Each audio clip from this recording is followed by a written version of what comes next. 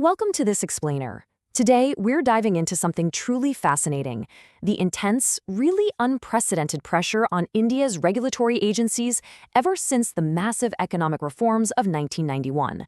If you've ever wondered exactly how a rapidly growing economy manages to stay on the tracks when things are moving at literal lightning speed, well, you are in the exact right place.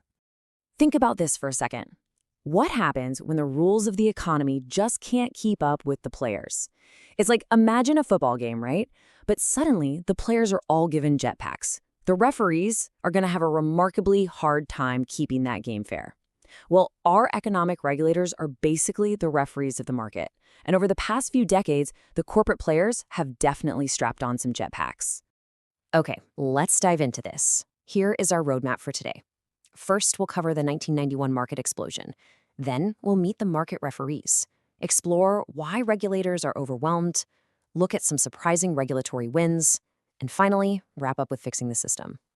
Section 1. The 1991 market explosion. To really grasp today's pressures, we've got to rewind to a massive shift. It was basically a huge chain reaction. Step 1 was the 1991 Liberalization, Privatization, and Globalization reforms. This essentially flung India's economic floodgates wide open to the world. And Step 2 was the immediate result of that, an explosive expansion of markets and private firms, which naturally leads us right into Step 3. Suddenly, there's a much greater need for strong regulation just to keep things fair and transparent. And finally, Step 4. This creates massive mounting pressure on our regulatory agencies. Almost overnight, they had to police a much larger, incredibly dynamic economy. Just to put this scale into perspective, before 1991, the government directly controlled most industries, which made the regulatory job, relatively straightforward. But today, it's a whole different ballgame. We've got thousands of listed companies, lightning-fast startups, unicorns, massive global multinational corporations, and completely borderless digital platforms. The scale of change is staggering. Take SEBI, the capital markets regulator, for example. Between 2020 and 2026, they had to navigate and regulate this massive, unprecedented IPO boom. The workload didn't just add up, it literally multiplied exponentially. Section 2. Meet the market referees. Okay, so what exactly are we talking about here? By definition, a regulatory agency is a statutory institution established to ensure fair competition, consumer protection, financial stability, environmental sustainability, and corporate governance. Sounds a bit academic, right?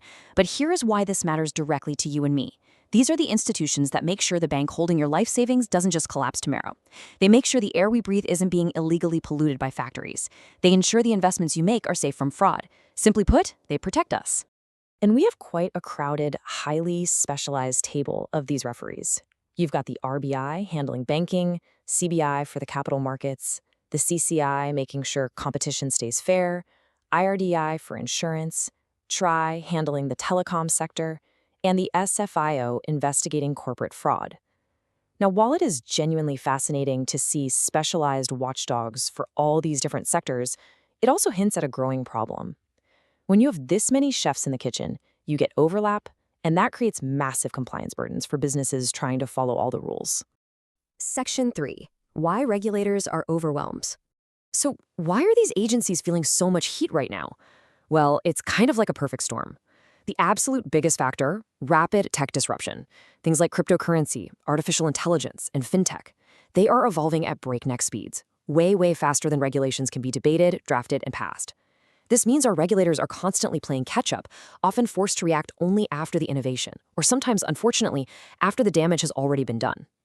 Toss in the complexities of globalization, like cross-border mergers and digital taxes, plus massive judicial delays when regulatory orders get tied up in court appeals, and that multiplicity of regulators we just talked about. Yeah, you can absolutely see why the system is straining under the weight. Now, what's really interesting here is this concept called regulatory capture. It sounds intense, and honestly, it is. This is basically what happens when the referees become a little too friendly with the players they're supposed to be policing. It occurs when regulatory agencies become unduly influenced by the very industries they regulate. Why does this happen? Well, massive corporations have immense financial power, huge lobbying capabilities, and incredibly deep legal resources. When you combine that kind of corporate influence with everyday political pressures, maintaining true, objective regulatory independence becomes a fierce, ongoing battle. And look, the stakes here are absolutely massive. When the regulatory system fails or just gets completely outpaced, the costs to the economy are very real. Over recent years, we've seen significant high-profile events. Things like the IL&FS crisis, the collapse of DHFL, the Yes Bank saga, and the Adani Hindenburg controversy, alongside ongoing, persistent issues with accounting frauds and insider trading. I'm listing these strictly as neutral examples directly from our source material, but they highlight exactly what is on the line. The impact on market integrity and ultimately your personal investments can be devastating when the referees miss a call. Section 4. Surprising regulatory wins. But hey, it is definitely not all doom and gloom. In fact, our institutions have shown some incredible resilience. Just look at these specific major successes. The RBI has brilliantly managed the rollout of the massive UPI digital payment ecosystem, and they've used strict frameworks to stabilize struggling banks before they collapse. Meanwhile, SEBI has made our stock markets some of the fastest clearing in the entire world with T+1 settlement, alongside much faster IPO frameworks. And the CCI, they haven't shied away at all from taking bold action against huge tech giants like Google or breaking up massive domestic cement cartels. So despite all those mounting pressures, institutional capacity has significantly improved. The crucial point here is that regulators are actively fighting back. They aren't just sitting on the sidelines. Take the Insolvency and Bankruptcy Code, or IBC, which allows for a much faster, organized cleanup of bankrupt companies.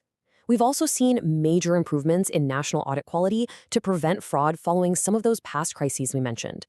They are actively building a stronger, better compliance culture and fiercely protecting the integrity of the market. Section 5. Fixing the system. So how do we actually future-proof this whole thing? Well, it starts right here, RegTech. That stands for regulatory technology. Think about it. If you're fighting tech-driven problems in the market, you absolutely need tech-driven solutions. By adopting advanced technology like artificial intelligence, big data, machine learning, and blockchain analytics, agencies can finally move away from just reacting to problems after they happen and shift toward real-time regulatory monitoring. RegTech is essentially the ultimate tool for risk-based supervision. It allows regulators to spot the red flags before the fire even starts. But, technology alone isn't a magic wand. We need a holistic approach to really fix the system. This means structural changes, granting agencies total independence from political interference. It means seamless coordination and data sharing across different regulators, mandating stronger corporate governance and responsibility reporting, enabling much faster enforcement through dedicated, special regulatory courts, and of course, boosting cooperation with international financial watchdogs. When you combine all these essential reforms with deep public transparency, like publishing penalty databases so everyone can see exactly who broke the rules, you create the ultimate remedy for the entire ecosystem. And the really good news, we don't have to guess how to do this. We've got expert roadmaps already laid out for us. Expert bodies like the Narayana Murthy Committee, the Uday Kota Committee, and the Financial Sector Legislative Reforms Commission have already provided highly detailed, totally actionable blueprints for better corporate governance and institutional independence. The plans are there. We just need to execute them. So wrapping up this explainer, the big takeaway is this. Through technological adoption, coordinated governance, and true independence, our regulatory agencies can evolve into agile institutions that safeguard the public interest while simultaneously promoting economic growth. 1991 may have unleashed a total whirlwind of market chaos, but as we've seen today, our institutions are continuously adapting to keep the economy fair for everyone. I do want to leave you with one final kind of provocative thought to chew on, though.